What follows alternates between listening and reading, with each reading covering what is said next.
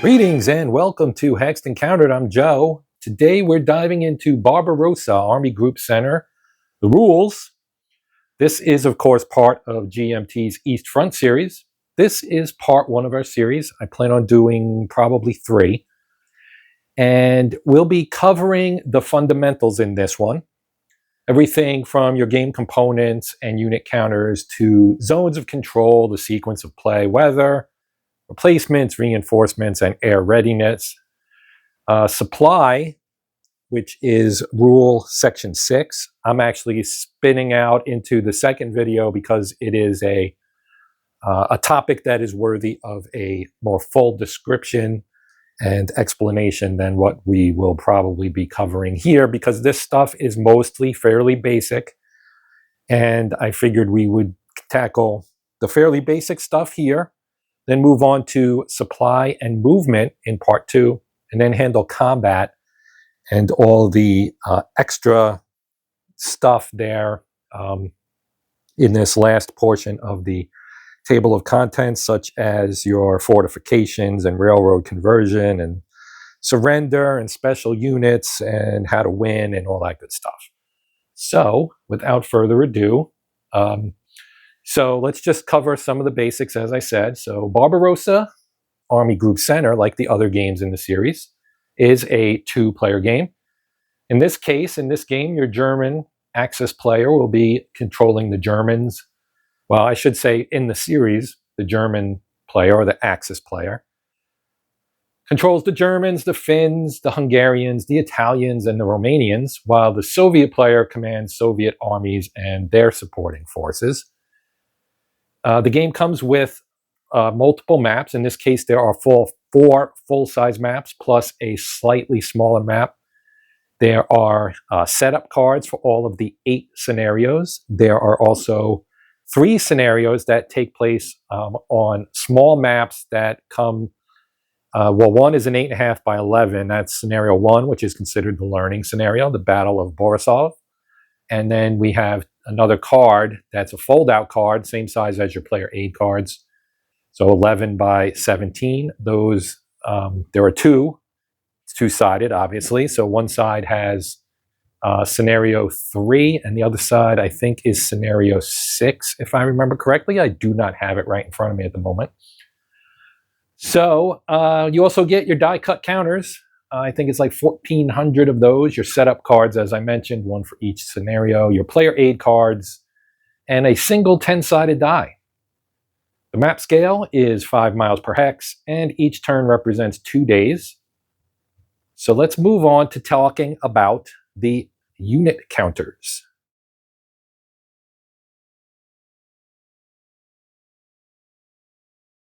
Okay, so we have a map at just a nicer background. I'm going to be showing you counters, so that's going to be the main focus here. And here we go. So here is the 18th Panzer Regiment of the 18th Panzer Division.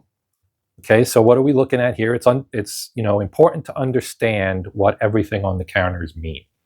So at the top, we've got the unit ID, which I just read to you. Let me see if I can keep my hand more still. Plus the 3 lines there, 3 vertical lines, which designate this as being a regiment.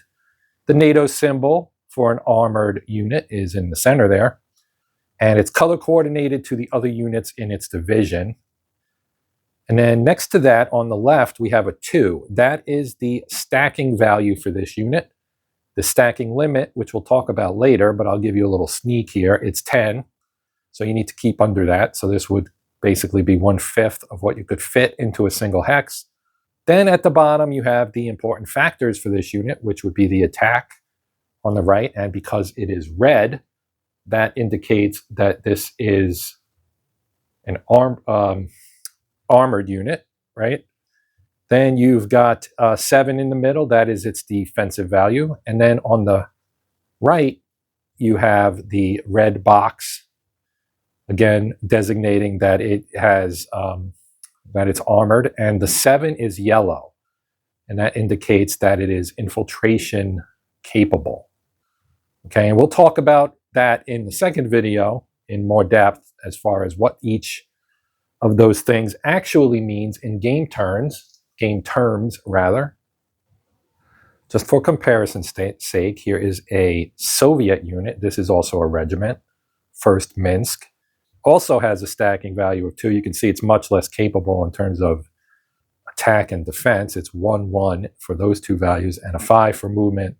And as you might expect, given the infantry symbol there, this is your poor old ground foot infantry. So they have a movement factor of 5.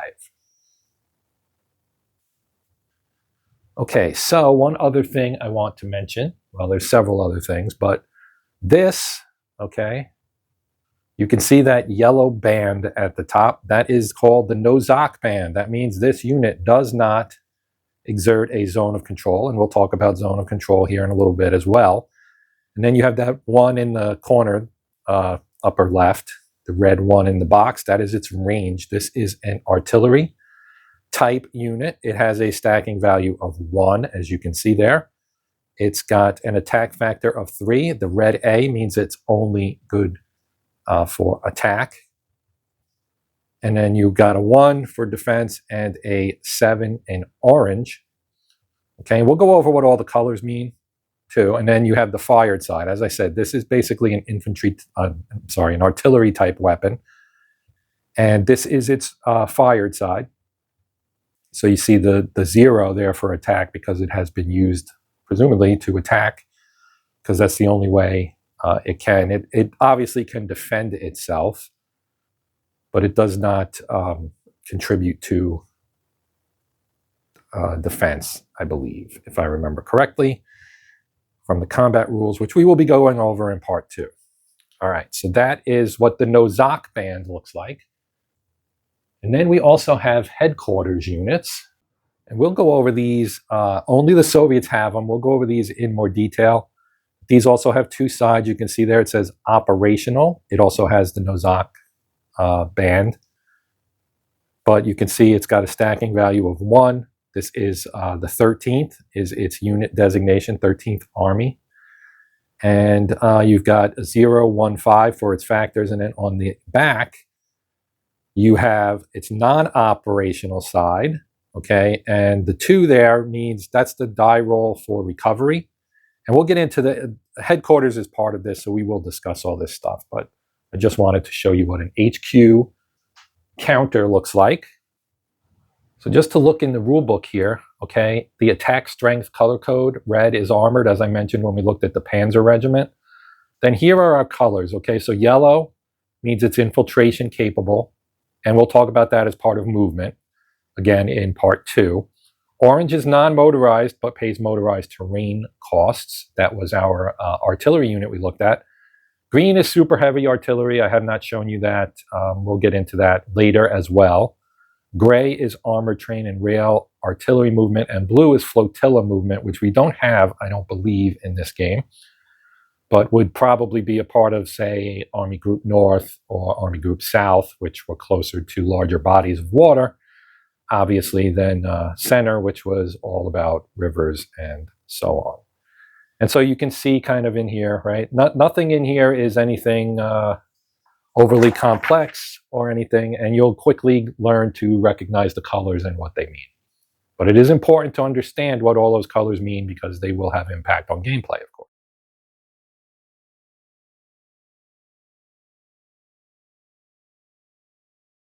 So I wanted to talk about some of the basic terminology that we use here.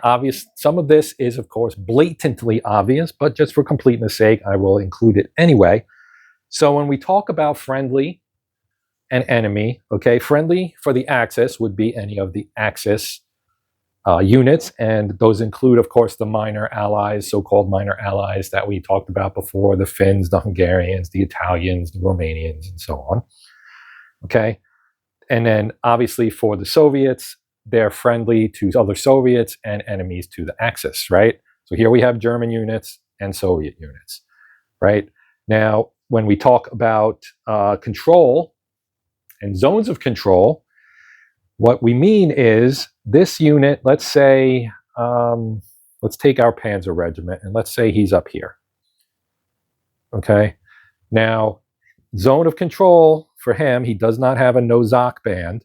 So his zone of control is all 6 hexes around him. Very basic.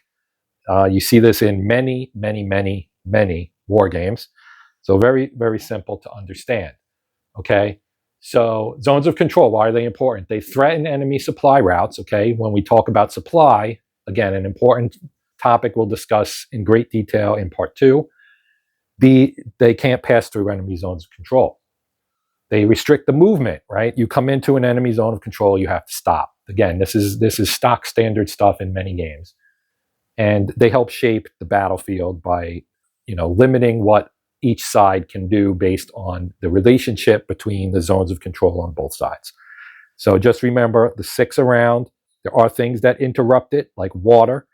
So if he was up against the river here, he would not exert zone of control into the hex north of the river because the river breaks it. Now, if we had frozen conditions, the river's frozen zone of control is exerted by the Panzer Regiment into that hex. We would have a contested hex here because these 2 units would both also exert their own zones of control into that hex. So that would not be a controlled hex for either side. It would be a contested hex. Back when he was back here, all of these hexes around him would be considered Axis controlled because there are no Russian or Soviet units also exerting zones of control into that hex.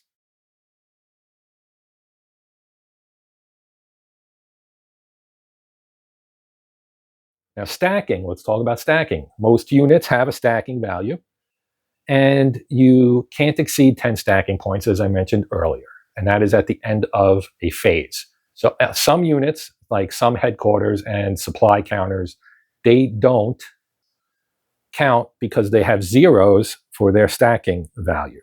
Okay, you will see some of those. I don't know that I have any. Oh, here we have one. This is an artillery unit, and you can see its stacking value is 0. Okay, I think it's actually in Minsk. I think it got moved. 1033. Nope, it is up there. Okay. This is the setup. When you see the cards for the various scenarios, they all have setup information on them. That's what this is. Tells you these are in hex 1133. That's that hex with that stack. So since we're talking about stacking limits, okay, we have our Panzer division here, 2 for its Panzer. I'm sorry, this is actually not a Panzer. Panzer is down here. So we have the Panzer regiment, that's 2. We have a motorized for 2, another motor, this is a recon actually, that's 6. And then that one is 8. And then at the very bottom, we have an engineer. So this is 10. That's 10 right there. So that is maximum stack for that hex or any hex. Okay, so one thing to remember, if you overstack anything that exceeds it, you're going to have to start sending them to the cadre box, which we'll talk about when we get into replacements down the road in this video a little bit. The cadre box is part of the replacement system where you rebuild units, and we'll get into that, as I said, in a moment. Okay, so steps, right? Units have steps, as you may expect. This is a Panzer regiment that we've already looked at. This is a 4-step unit. On the front here, you have its 4-step strength. On the back of that, you would have its 3-step strength. The stripe indicates that it is a 4-step unit. Let me grab its reduced. It's 2 and 1-step equivalent. That would be this guy right here. As you can see, still 2 for stacking purposes, but its combat strength slowly deteriorates. At 4 steps, it's 8, 7. Here it's 4, 3 at 2 steps, and at 1 step, it's 2, 2. And then once it goes below that, it would be removed from the map and go into the replenishment replacement system, as I already mentioned. Some units are only 2 steps. So someone like this might actually be a 1-step. Yeah, this is a 1-step actually. Okay, so that's just a 1-step. This one might be no, this one is a 2-step. Okay, so there's his full strength. Okay, and on the back is his reduced strength. And see no stripe, indicating it's a, you got it, 2-step unit. So there are far more 2-step units than 4-step units, but there are a decent amount of 4-step units in the game. So another topic I just want to briefly mention before we move on is halving and rounding, because it's mentioned early in the rules. So strengths and movement can be halved by weather or other effects, and we will talk about this again in detail during movement and combat. But defense strength is never halved, so keep that in mind, right? Attack strength and movement can be halved, and you drop all fractions. There's no rounding up, it's always rounding down, essentially.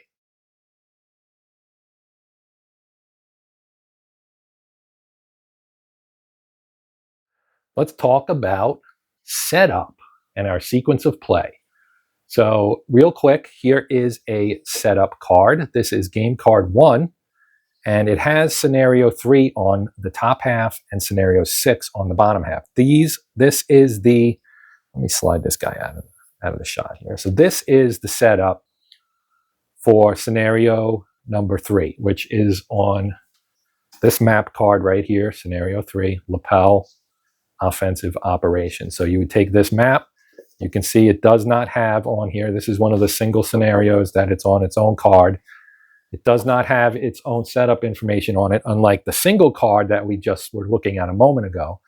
So up here you would have the locations and images of all the units that get placed out. So Hex 1829, you would place the 18th Panzer. This is a motorized infantry regiment. The 101st of the 18th Panzer Division goes there. And then you can see other elements, because they share the same color, other elements from that division in various places. And this guy is already reduced. The lighter gray on the German units indicates that that is a 2-step of the 4-step. All of these would be, the darker gray is always the full strength. Lighter gray is always that replacement counter for lower steps for a 4-step unit.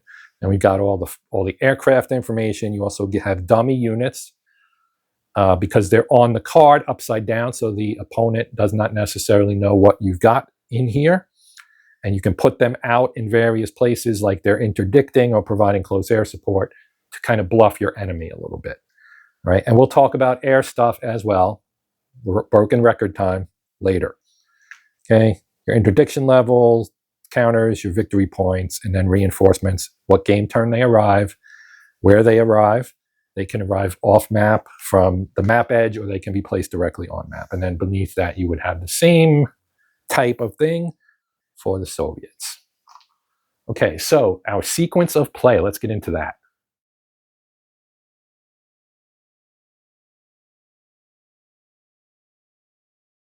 So the fine fellows at GMT have provided us with 2 copies of this expanded sequence of play. So there are major segments. You have your strategic segment, and then all of this stuff. I'm just overviewing at the moment. Then you've got your Axis player segment, which takes up this entire page, and then and this part, and then the Soviet player segment, which runs onto the back here, and then this tiny little bit here is your final administrative segment, which is basically cleaning up. So in the strategic segment, very important weather. Weather is an important factor in this game, and the Axis player, according to the rules, will roll for it every turn.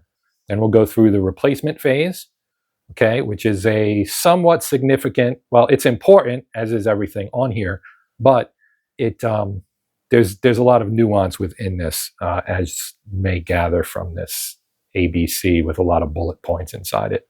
That's followed by reinforcements. So replacements is really about building your units back up to full strength.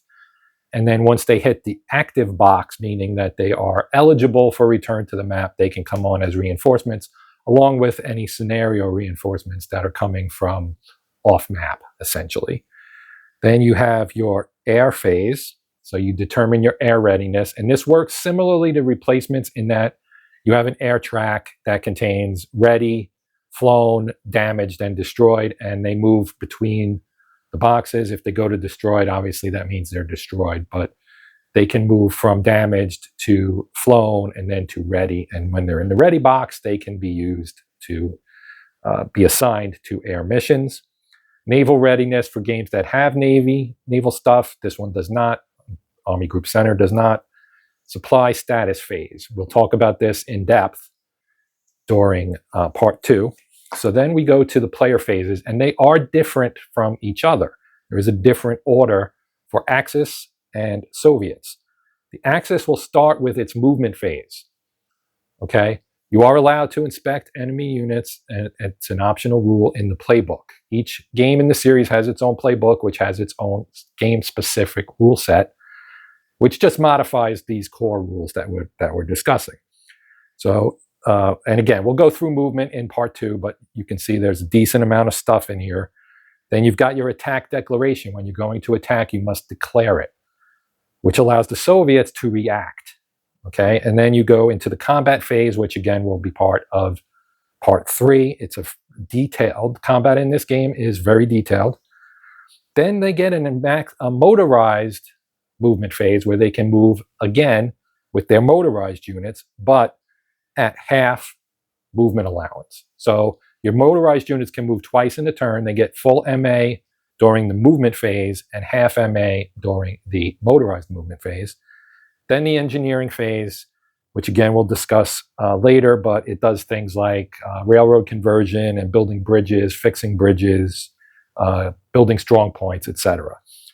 Then the Soviet segment, okay, and you've got a note up here which has note the change in sequence, which I already mentioned. The Axis has its own. The Soviets start with their own motorized movement phase. So their motorized stuff moves first for them, and then they go into their attack declaration, which works the same as the Axis. I keep wanting to say German, but there are non-German forces in the game. Then the Axis reaction phase, then the Soviet combat phase. Then their movement phase, which has different rules again. Their Soviet motorized units move at 1/2 MA in this phase. So basically it's flipped. It works pretty much the same, but it's flipped. The motorized phase, only the motorized units can move, and they can move full MA. Then when we get to this phase, the foot guys, they can slog their way forward at full MA, and the motorized guys get half MA. Then they have their own engineering phase. Again, pretty similar to the Germans, except for the replacement. You can spend Soviet replacement points to do certain things, which we'll talk about when we get to replacements. And then your administrative segment, which has the surrender phase. If any Soviet units are going to surrender, they can be also removed through attrition, and they all go to the eliminated box, right? Then you have your recovery phase. For your non-operational HQ, they get to roll to see if they can become operational again, or they disband, and you have to adjust the victory points. Occasionally, victory points are only accrued by the Axis player. The Soviet wins by keeping the Axis total low. And then you have your victory determination phase. So that is the expanded sequence of play. In general, it's the sequence of play, really.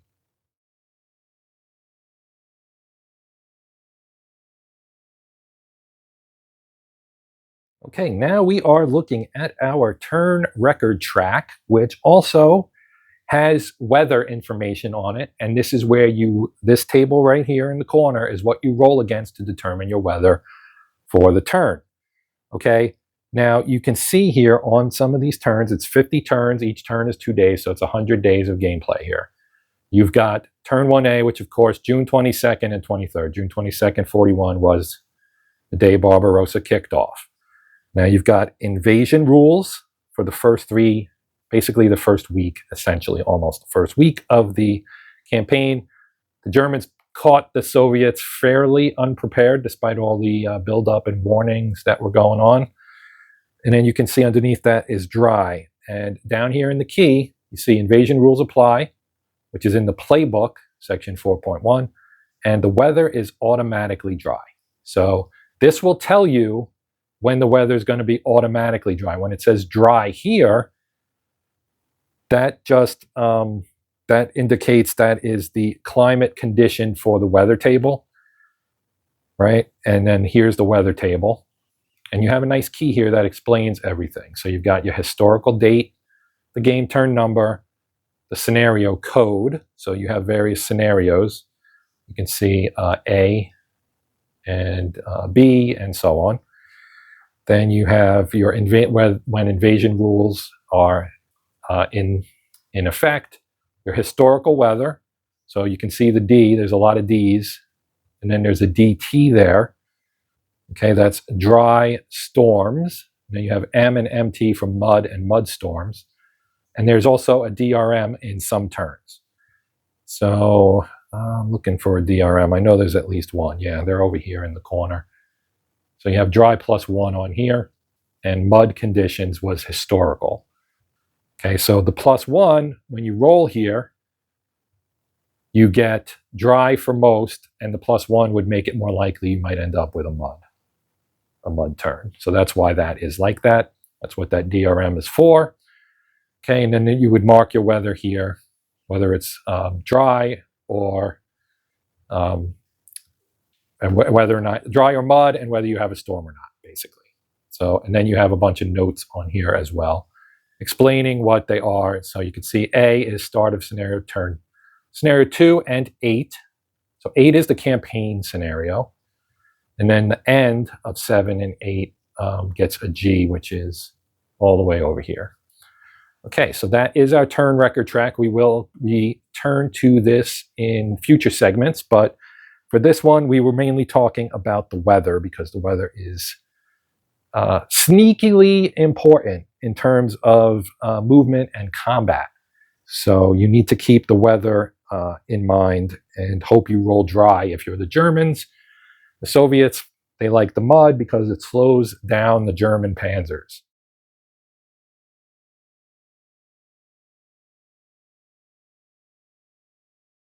Okay, let us talk about replacements. So replacements are used to bring units back into play or strengthen those reduced by combat. Both sides get replacement points, or RPs, though the Soviets have a more complicated system.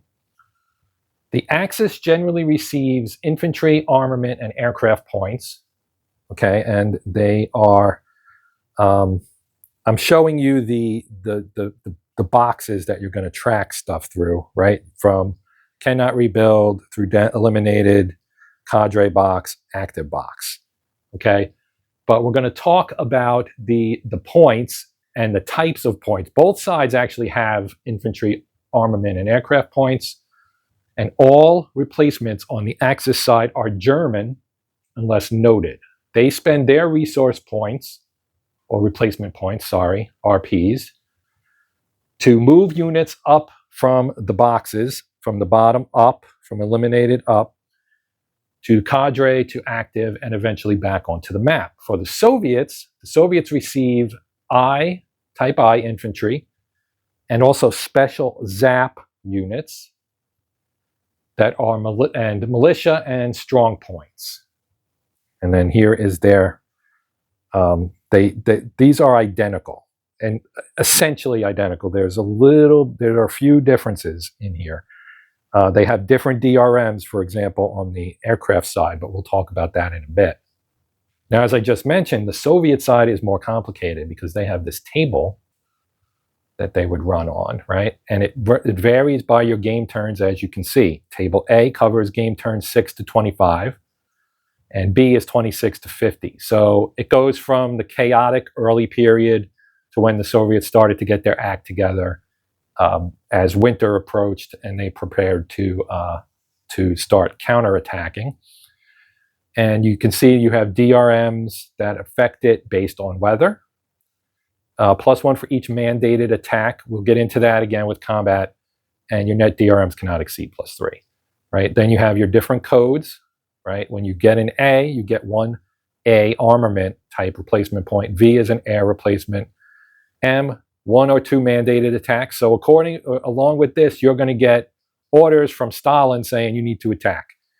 And then S, you would place 1 or 2 hexes in general supply. So it impacts supply as well. And again, we'll get into supply in part 2. And 1 or 2 ASPs, which are attack supply points. Supply has 2 types, general and attack. And again, we'll talk about that in the next one. And you may perform one of each if you get 2 S's. Okay, so you can split them.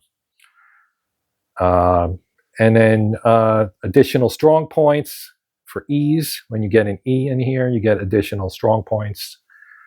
And then R's are release 2 garrison hexes per R result, or draw 1 special reinforcement pool group per R result. Okay, a lot of this seems fairly complicated, and I'm going to save the full on this is how it works for when I actually do gameplay, because I don't want this video to be an hour long or 2 hours long or anything like that. And if we really ground down into the detail, that's what would happen. I'd rather show it in gameplay, and that's what we're going to do.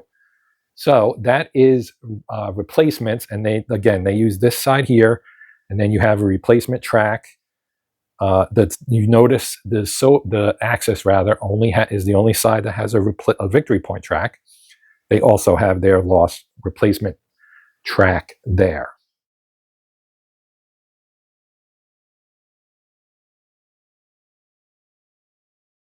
So let's talk about reinforcements now, and that comes back to using your setup card.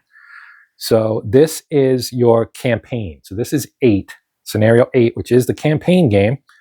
And you would also use this for scenario 4 and 7 reinforcements. Okay, now, when they have a GT on here, as all of these do, this is just replacements on here, because the setup card is, I think, on the other side. Nope, that's that's 3 and 6 on that side. So here you can see, okay, you have game turn number here, and then what you get. All right, so new units will enter the game during the reinforcement phase. Okay, some units arrive at the map edges, and they move from off map. All right, and that will be denoted on here as well. Then you have others that will be placed directly in specific hexes. And what you see on here are the maps. That's D, map D, because this particular edition, this particular entry in the series uses map CD, HI, and WA. So you can see D, H, and I right here. Okay, and then there's WA. Then you sometimes will get this, enter, well, you'll have a choice, and so on. And then this is an edge entry, edge of I. Okay, so that's how that works. Others will be drawn from an opaque cup as an untried Soviet unit, and let me show you what that looks like. This is an untried unit. You don't know what it is. Draw it out of a cup, and eventually I suspect you'll say, oh, Gomel Brigade, I know what that is. And then you flip it over and you see it is a 223, and it has a different name. See that? So that's how that works. So some of those will be randomized and drawn from a cup, okay? And they don't get revealed until they actually fight. So the Soviet player would draw it out and put it on the map somewhere, and then once it fights, that's when you flip it over and reveal the, well, stuck in my finger cracks there. All right, but wait, there's more when we talk about reinforcements. There are withdrawals as well, and you can see somewhere on here, yeah, there's well, that's not really here's a withdrawal. Okay, so this aircraft here, this MiG-3 unit, is going to go to Army Group North, right? Because you can play the games together. If you have the 3 Army Group games, North, South, and Center, you can put them all together and make a gigantic map that would take up an entire room and play out the whole campaign. Or you can, just put North and Center together. Those are the North 2nd edition is just coming out. Center, obviously, the 2nd edition's been out for several years now. And South is on the P500 list. But you can see there, withdraw. And then the other thing you'll see is this. This is called a, oh shoot, what is it called again? Reorganization. So I think that's what it is. So you have remove this guy and receive this guy. So this unit goes away, and this one comes back. Is the way that works, and you'll see that a lot. You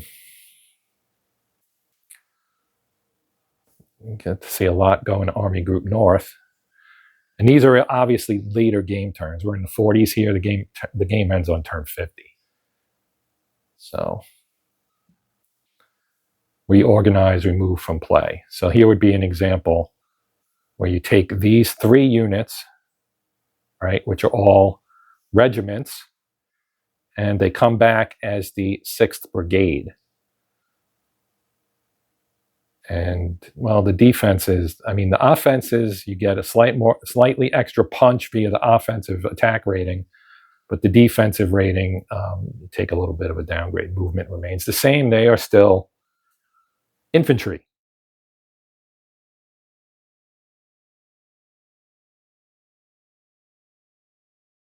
Okay, so this is going to wrap up the video. We're going to talk about air unit readiness. And to help me out here, I've pulled out a Stuka and the good old BF-109. So the B on the Stuka, as you probably can guess, means bomber. And the F on the 109 means fighter. Now, the numbers, okay, the 1 in the bottom left indicates its air-to-air combat strength. You would expect the 109 to be better at it, and it is. Now note that there is some variation in here. Some of these 109s are 4s, others are 3s. Probably dealing with pilot quality, I would guess. And then the other 2, which the Stuka is better at, you have the 2/2 in the lower right. That is the close air support, is the first number, and the second one afterwards is the interdiction value. Now the fighter is a 0 for close air support and a 1 for interdiction, right? So now let's talk about readiness of them, okay? The air system in the game is streamlined, and the aircraft don't move on the map. Instead, they exist in readiness boxes, such as this one. This is the Axis box, as you may guess from the gray color. And they have 4 boxes. We have a ready box, a flown box, a damaged box, and at the very bottom, a destroyed box. Okay, so each air readiness phase, you roll dice to move aircraft between these boxes. For example, a fighter in the flown box, such as our 109, right, might roll back to ready. And again, here we have DRMs. So you roll your D10 and you move to the ready box on a 1 to 7. An 8+ is no. And in this game, a 0 is a 10. So you have a 70% chance of succeeding. But you have DRMs based on weather, as you would expect. Weather definitely impacts air forces. +1 for frost, +2 for mud or snow, and +3 for storm. So in a storm, you're going to have a 40% chance of your aircraft being able to go to the ready box. So assume you do, you move them up there, and you do that for all of your available units. Right? So in combat, again, aircraft will provide support through close air support or interdiction, and that is support for your ground forces. And they apply die roll modifiers to ground battles, or they hinder enemy movement. That's what interdiction is for, as you probably already know. Axis air is generally superior, especially early on. The Soviet Air Force, the VVS, will improve over time, but the Luftwaffe definitely has an advantage early on in the campaign. Okay, so that is going to wrap up part 1 of our Barbarossa Army Group Center rules overview. We've covered the basics: units, ZOCs, steps, the turn sequence, weather, replacements, reinforcements, and air readiness. Some of these we will expand upon in future parts. So speaking of future parts, in our next video, we will be digging into supply and movement, as I mentioned earlier, giving supply its own dedicated spotlight, since it is one of the most intricate and important systems in the game. The same can be said for movement, although it's less intricate. There is some good information that needs to be described for movement in this series as well. Okay, that is going to do it. So until then, I'm Joe. This has been Hexed Encountered. Thank you for watching, and I will see you in the next video.